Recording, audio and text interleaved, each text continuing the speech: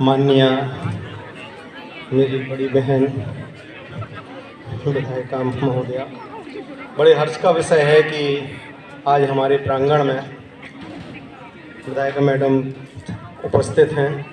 हम सभी बच्चों का जो पंडाल में आज रोजगार मेला, जो ग्रामीण दीनदयाल उपाध्याय ग्रामीण कौशल योजना के अंतर्गत जनपद इटावा के 8 विकास खंडों में जो आयोजन होना है, उसी क्रम में आज दिनांक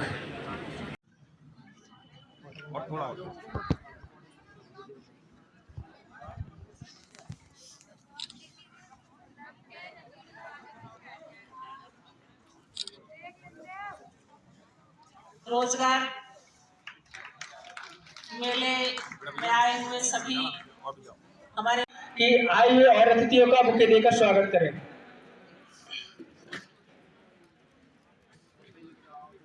पूर्वक गुण कराया है, जिसमें लगभग 170 लाभार्थियों को लाभ मिला है। मैं प्रधानाचार्य महोदय से अनुरोध करूंगा कि पोडियम पर आए और शब्द कहें योजना से संबंधित।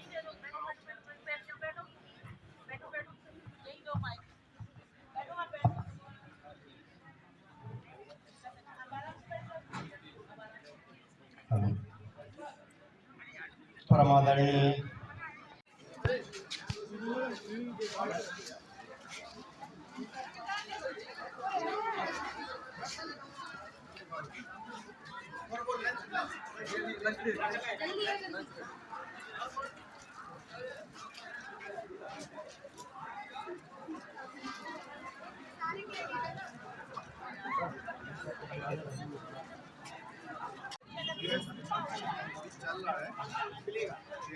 संचालित व्यवसायों के अनुरूप जो जनपद में रोजगार होना चाहिए, क्योंकि अप्रेंटिसशिप मेला में जनपद का डाटा तभी इंक्रीज होता है जब जनपद की ही इंडस्ट्री में मैडम यहाँ पर उसको अप्रेंटिसशिप मिले। अगर बाहर से कंपनीज आती हैं तो उनमें अगर अप्रेंटिसशिप में बच्चे होते हैं तो वो डाटा हमारे ज़िले में नहीं जोड़ा जाता है, और दूसरे ज़िले में तो हमारे ज़िले का नंबर काफ़ी पीछे था। लेकिन अथक प्रयासों से पिछले 1.5 वर्ष में हम लोग टॉप 20-25 के आसपास रहते हैं, जो कि काफ़ी प्रयासों के बाद आपके आशीर्वाद से हमारा ज़िला एक सम्मानजनक स्थिति में है।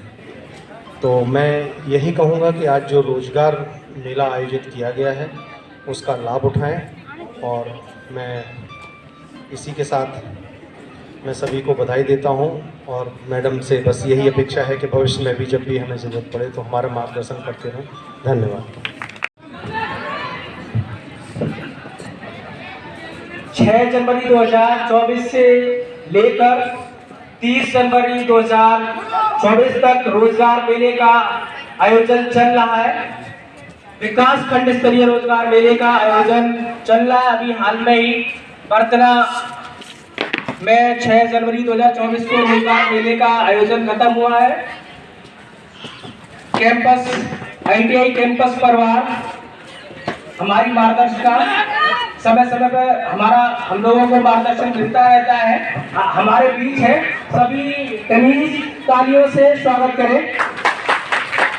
ये हम सब नोडल प्रधानाचार्य महोदय से अनुरोध करूंगा कि मैम को पुष्प गुच्छ देकर स्वागत करें। नोडल प्रधानाचार्य महोदय डॉक्टर राजकुमार सिंह यादव जी।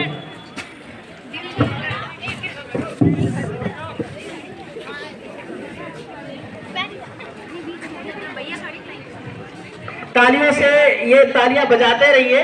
ये प्राउड मोमेंट है ITI के लिए। हमारे बीच हमारी सदर विधायिका जी उपस्थित है। प्रधानाचार्य महोदय स्वागत कर रहे हैं।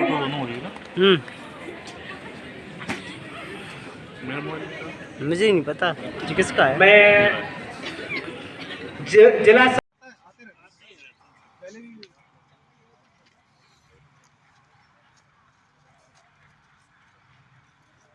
वीडियो तुम बनाओ वो फोटो खींच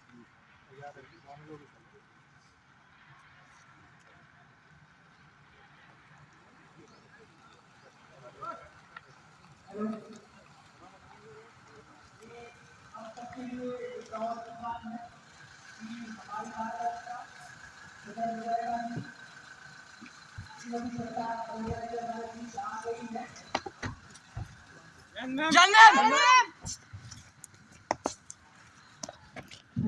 2024 से लेकर 30 जनवरी 2024 तक रोजगार मेले का आयोजन चल रहा है। विकास खंड स्तरीय रोजगार मेले का आयोजन चल रहा है। अभी हाल में ही बरतला में 6 जनवरी 2024 को रोजगार मेले का आयोजन खत्म हुआ है। कैंपस ITI कैंपस परिवार हमारी मार्गदर्शिका समय समय पर हम लोगों को मार्गदर्शन मिलता रहता है। हमारे बीच है, सभी टेनिस तालियों से स्वागत करें। ये हम सबके लिए ये गर्व की बात है और एक प्राउड मूवमेंट है ITI के लिए कि हमारे बीच हमारी मार्गदर्शिका सदर विधायिका जी हमारे बीच है। मैं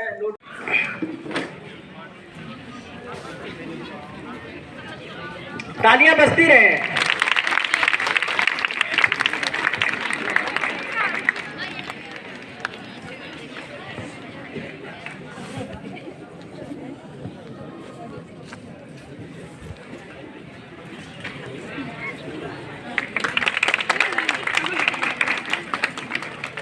मैं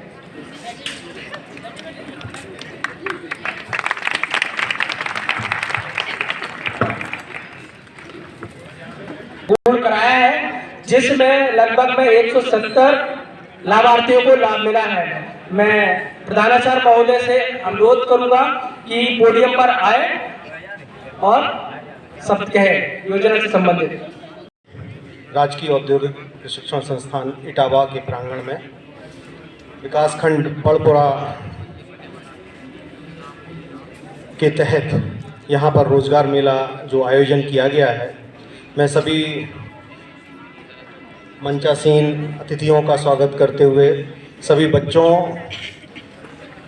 को भी धन्यवाद देता हूँ कि विषम परिस्थितियों में भी आप लोग, मौसम गड़बड़ है और बारिश भी सुबह से हो रही है, लेकिन आप सभी लोगों ने धैर्य के साथ अपनी उपस्थिति को दर्ज कराया।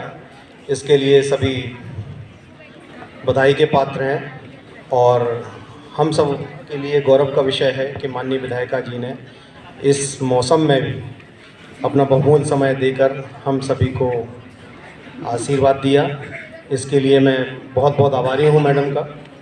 और आज मैं इस मंच के माध्यम से कुछ ग्रामीण कौशल विकास योजना के अंतर्गत जो रोजगार मेला आयोजित होना है, उसमें विभिन्न कंपनियां जो आई हुई हैं, तो मैं सभी बच्चों से कहूँगा कि आप हर कंपनी के पटल पर जाएं और जो भी आपका इंटरेस्ट हो उसके अंतर्गत अगर कोई कंपनी आ रही है तो उसमें रोज़गार प्राप्त कर लाभ उठाएं।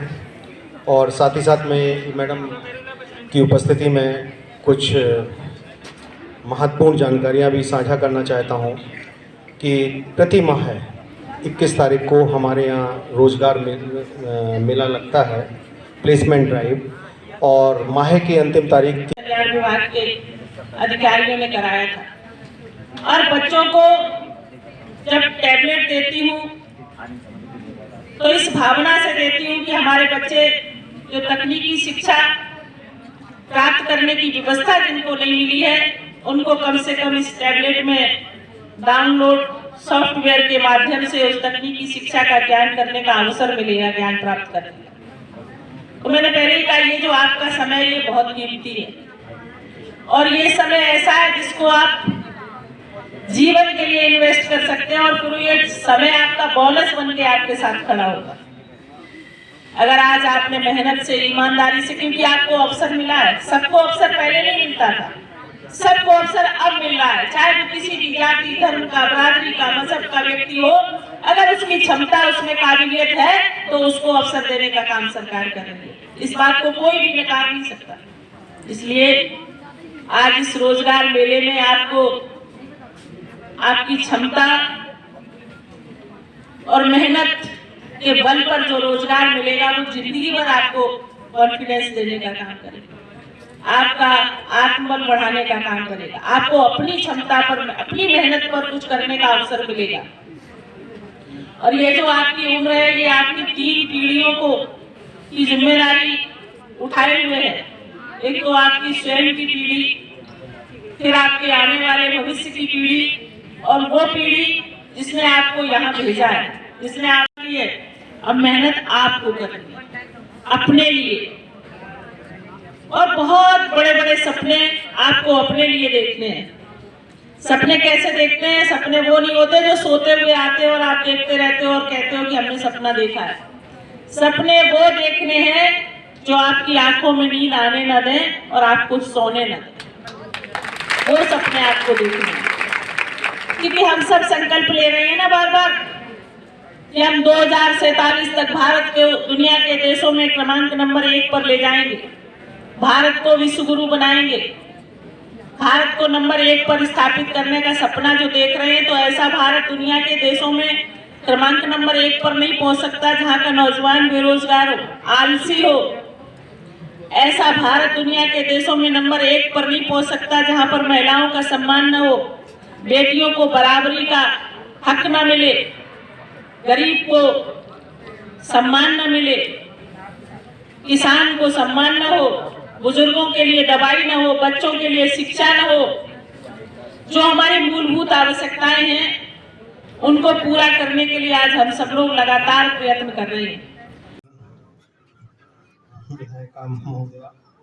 बड़े हर्ष का विषय है कि आज हमारे प्रांगण में विधायिका मैडम उपस्थित हैं। हम सभी बच्चों का जो पंडाल में आज रोजगार मेला, जो ग्रामीण दीनदयाल उपाध्याय ग्रामीण कौशल योजना के अंतर्गत जनपद इटावा के 8 विकास खंडों में जो आयोजन होना है, उसी क्रम में आज दिनांक 9 जनवरी 2024 को राजकीय औद्योगिक प्रशिक्षण संस्थान इटावा के प्रांगण में विकासखंड बड़पुरा के तहत यहाँ पर रोजगार मेला जो आयोजन किया गया है, मैं सभी मंचासीन अतिथियों का स्वागत करते हुए सभी बच्चों को भी धन्यवाद देता हूँ कि विषम परिस्थितियों में भी आप लोग, मौसम गड़बड़ है और बारिश भी सुबह से हो रही है, लेकिन आप सभी लोगों ने धैर्य के साथ अपनी उपस्थिति को दर्ज कराया। इसके लिए सभी बधाई के पात्र हैं और हम सब के लिए गौरव का विषय है कि माननीय विधायिका जी ने इस मौसम में भी अपना बहुमूल्य समय देकर हम सभी को आशीर्वाद दिया। इसके लिए मैं बहुत बहुत आभारी हूँ मैडम का। और आज मैं इस मंच के माध्यम से कुछ ग्रामीण कौशल विकास योजना के अंतर्गत जो रोजगार मेला आयोजित होना है, उसमें विभिन्न कंपनियां जो आई हुई हैं, तो मैं सभी बच्चों से कहूँगा कि आप हर कंपनी के पटल पर जाएं और जो भी आपका इंटरेस्ट हो उसके अंतर्गत अगर कोई कंपनी आ रही है तो उसमें रोजगार प्राप्त कर लाभ उठाएं। और साथ ही साथ मैं मैडम की उपस्थिति में कुछ महत्वपूर्ण जानकारियां भी साझा करना चाहता हूं कि प्रति माह 21 तारीख को हमारे यहाँ रोजगार मेला लगता है, प्लेसमेंट ड्राइव, और माह की अंतिम तारीख 30 होती है तो उस दिन अप्रेंटिसशिप मेला होता है, अप्रेंटिसशिप ड्राइव, जिसमें प्रयास करते हुए, चूँकि हमारे जनपद में काफ़ी कम इंडस्ट्री है जो कि संचालित व्यवसायों के अनुरूप जो जनपद में रोजगार होना चाहिए, क्योंकि अप्रेंटिसशिप मेला में जनपद का डाटा तभी इंक्रीज होता है जब जनपद की ही इंडस्ट्री में मैडम यहाँ पर उसको अप्रेंटिसशिप मिले। अगर बाहर से कंपनीज आती हैं तो उनमें अगर अप्रेंटिसशिप में बच्चे होते हैं तो वो डाटा हमारे ज़िले में नहीं जोड़ा जाता है, और दूसरे ज़िले में तो हमारे ज़िले का नंबर काफ़ी पीछे था, लेकिन अथक प्रयासों से पिछले 1-1.5 वर्ष में हम लोग टॉप 20-25 के आसपास रहते हैं, जो कि काफ़ी प्रयासों के बाद आपके आशीर्वाद से हमारा ज़िला एक सम्मानजनक स्थिति में है। तो मैं यही कहूँगा कि आज जो रोजगार मेला आयोजित किया गया है उसका लाभ उठाएं। और मैं इसी के साथ मैं सभी को बधाई देता हूं और मैडम से बस यही अपेक्षा है कि भविष्य में भी जब भी हमें ज़रूरत पड़े तो हमारा मार्गदर्शन करते रहें। धन्यवाद। समय है, ये आपके लिए बहुत ही स्वर्णिम अवसर है। कोई भी सरकार किसी भी देश और प्रदेश में 100% लोगों को सरकारी नौकरी नहीं दे सकती, लेकिन हमारी सरकार जिस गंभीरता के साथ आज देश के नौजवानों के साथ खड़ी है, आपको ये जानकारी होगी कि उत्तर प्रदेश सर्वाधिक नौजवानों का प्रदेश है। सबसे ज्यादा नौजवान पूरे देश में यूपी में है और यूपी में बहुत ही ईमानदारी के साथ जो हमारी भर्तियां हो रही हैं, मैं देखती हूँ ऐसे ऐसे बच्चों को नौकरी मिलती है जिन्होंने कभी कल्पना नहीं की थी, क्योंकि सरकार में न तो कोई सिफारिश और न कोई रिश्वत। लोग हमारे पास आते हैं, बहन जी भर्ती निकली, मैं कहती हूँ कि मेरा कोई भी रोल नहीं है, मैं कुछ कर नहीं सकती हूँ और आप किसी के पास जाना भी नहीं तो कोई आपको ठग लेगा, आप पैसे दे आओ, सोचो नौकरी पक्की हो गई।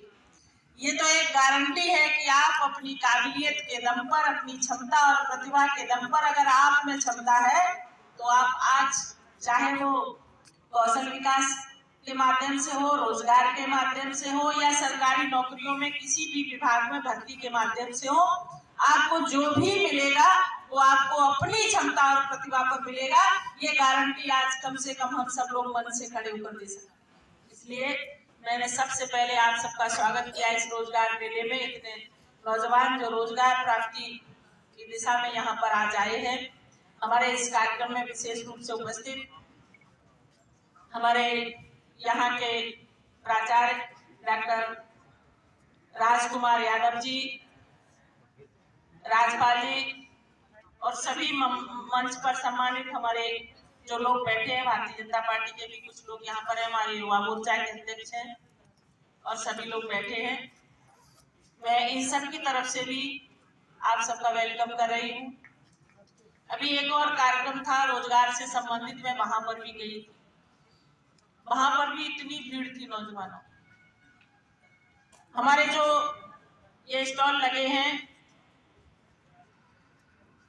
जो छोटे छोटे उद्योग हमारे जनपद में काम कर रहे हैं, उन लोगों ने अपना स्टॉल लगाकर आपका रजिस्ट्रेशन कराने का काम मुझे लगता है यहाँ पर हो रहा है।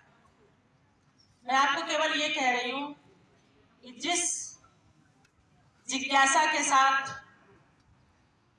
जिस भावना के साथ आपने 2014 में देश का चुनाव देखा था,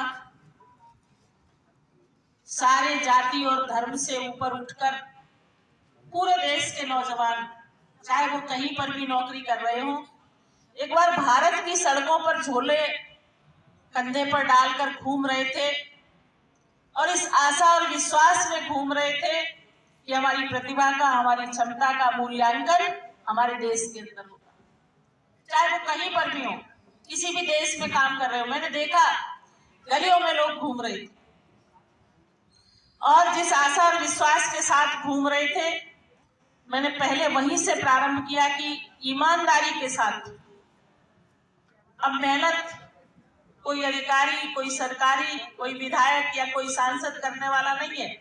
आपको नौकरी दिलवाने के लिए न किसी की लिस्ट जाने वाली है, अब मेहनत आपको करनी है अपने लिए, और बहुत बड़े बड़े सपने आपको अपने लिए देखने हैं। सपने कैसे देखते हैं? सपने वो नहीं होते जो सोते हुए आते हैं और आप देखते रहते हो और कहते हो कि हमने सपना देखा है। सपने वो देखने हैं जो आपकी आंखों में नींद आने न दें और आपको सोने न दें, वो सपने आपको देखने हैं। क्योंकि हम सब संकल्प ले रहे हैं ना बार बार कि हम 2047 तक भारत के दुनिया के देशों में क्रमांक नंबर 1 पर ले जाएंगे, भारत को विश्व गुरु बनाएंगे, भारत को नंबर 1 पर स्थापित करने का सपना जो देख रहे हैं। तो ऐसा भारत दुनिया के देशों में क्रमांक नंबर 1 पर नहीं पहुंच सकता जहां का नौजवान बेरोजगार हो, आलसी हो। ऐसा भारत दुनिया के देशों में नंबर 1 पर नहीं पहुंच सकता जहां पर महिलाओं का सम्मान न हो, बेटियों को बराबरी का हक न मिले, गरीब को सम्मान न मिले, किसान को सम्मान न हो, बुजुर्गों के लिए दवाई न हो, बच्चों के लिए शिक्षा न हो। जो हमारी मूलभूत आवश्यकताएं हैं उनको पूरा करने के लिए आज हम सब लोग लगातार प्रयत्न कर रहे हैं। यहीं पर सामने जो हमारी शिक्षा विभाग की योजना है अभ्युदय, मैं उसका उद्घाटन करने आई थी, समाज कल्याण विभाग के अधिकारियों ने कराया था। और बच्चों को जब टैबलेट देती हूँ तो इस भावना से देती हूँ कि हमारे बच्चे जो तकनीकी शिक्षा प्राप्त करने की व्यवस्था जिनको नहीं मिली है उनको कम से कम इस टैबलेट में डाउनलोड सॉफ्टवेयर के माध्यम से उस तकनीकी शिक्षा का ज्ञान करने का अवसर मिलेगा, ज्ञान प्राप्त करने।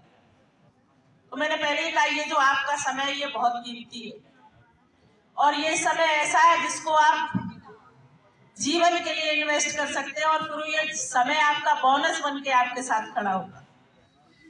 अगर आज आपने मेहनत से, ईमानदारी से, क्योंकि आप मिल रहा है, चाहे वो किसी भी जाति, धर्म का, बिरादरी का, मजहब का व्यक्ति हो, अगर उसकी क्षमता, उसमें काबिलियत है तो उसको अवसर देने का काम सरकार कर रही है। इस बात को कोई भी नकार नहीं सकता। इसलिए आज इस रोजगार मेले में आपको आपकी क्षमता